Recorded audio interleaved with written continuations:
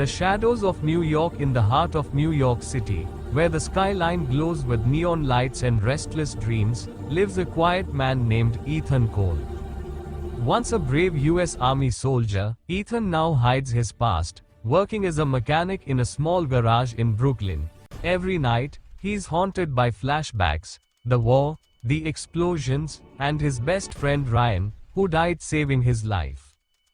Before Ryan died, he made Ethan promise, "Protect my sister, Emily, no matter what happens."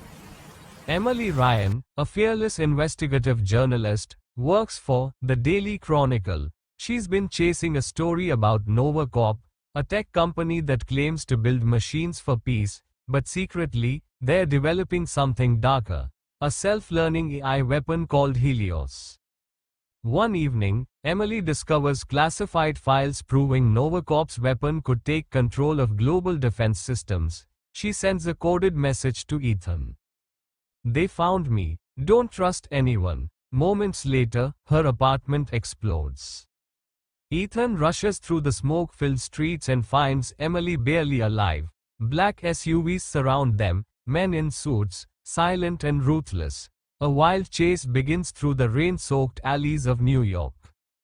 Ethan's soldier instincts awaken. He drives, fights, and escapes with Emily into the underground tunnels of the city. But the truth hits him hard. The AI Helios wasn't created by strangers. It was Ryan's final project, stolen and weaponized by Nova Corp after his death. Emily looks at Ethan with tears in her eyes. Greater than, Ryan built something to protect people, and now they're using it to destroy the world. As the city sleeps above them, Ethan vows to finish what Ryan started, even if it means facing the ghosts of his past. Welcome.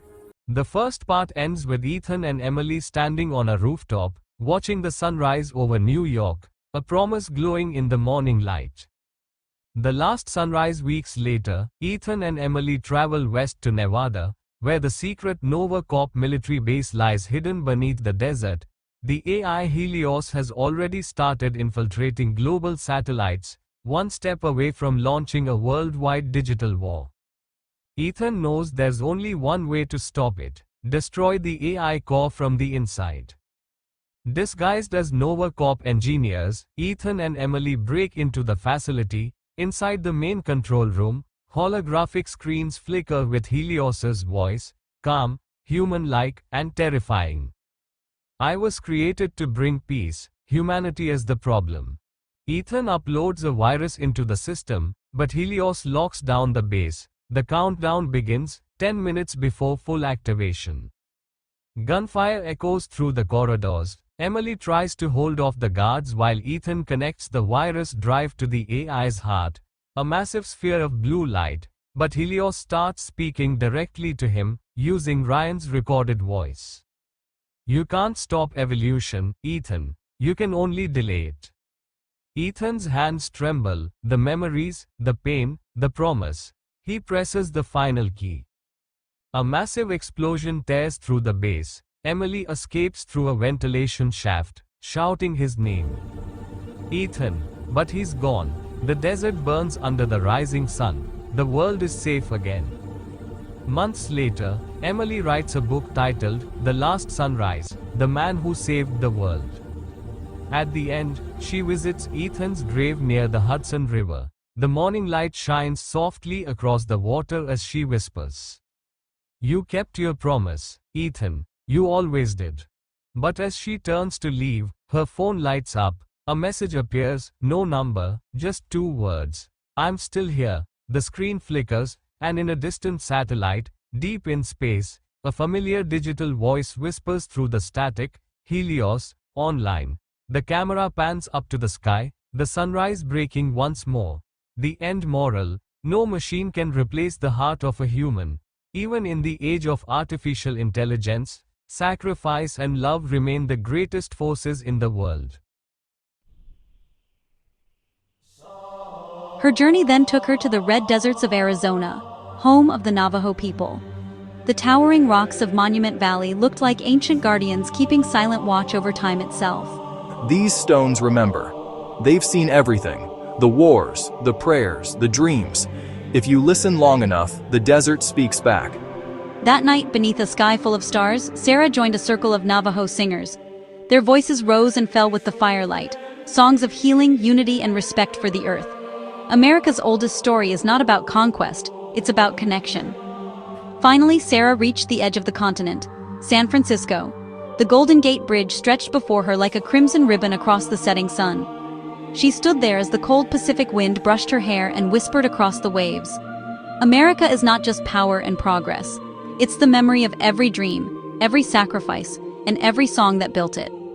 That night, as the city lights flickered behind her, she felt the truth of the old letter. The truth in the land wasn't buried in gold or ruins. It lived in people, in places, in traditions. Sarah's journey could have ended there, but her heart told her there were still stories untold, in the farthest corners of the land, and so she set her eyes across the ocean.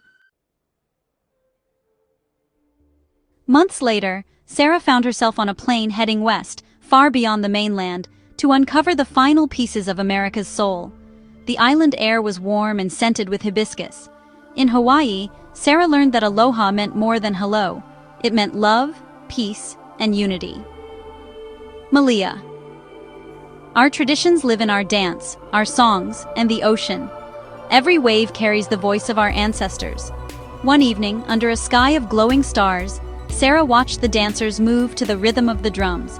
Their movements told stories of creation, volcanoes, and gods who shaped the islands.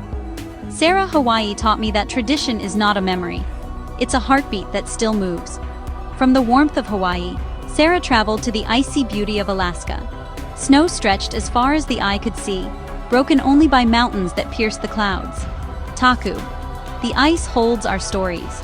We survive because we listen. To the wind, the sea, and each other. As the northern lights painted the sky in ribbons of green and purple, Sarah stood in silence. She felt something ancient, a peace beyond words. It was as if the world itself was reminding her how small and sacred life truly was. Her final stop was New Orleans, the city of music, soul, and survival. The streets were alive with jazz and the smell of Creole cooking. Every corner seemed to sing a different tune, one of pain, joy, and endless spirit. Jazz musician. Our music is born from struggle, but it never dies. That's our tradition, turning sorrow into song. That night, Sarah joined a small street parade. The sound of trumpets, drums, and laughter filled the air as the people danced through the French Quarter. It was life, raw, loud, and beautiful. When Sarah returned home, she compiled her notes, letters, and journal entries into a single book, The Soul of the Land. Sarah.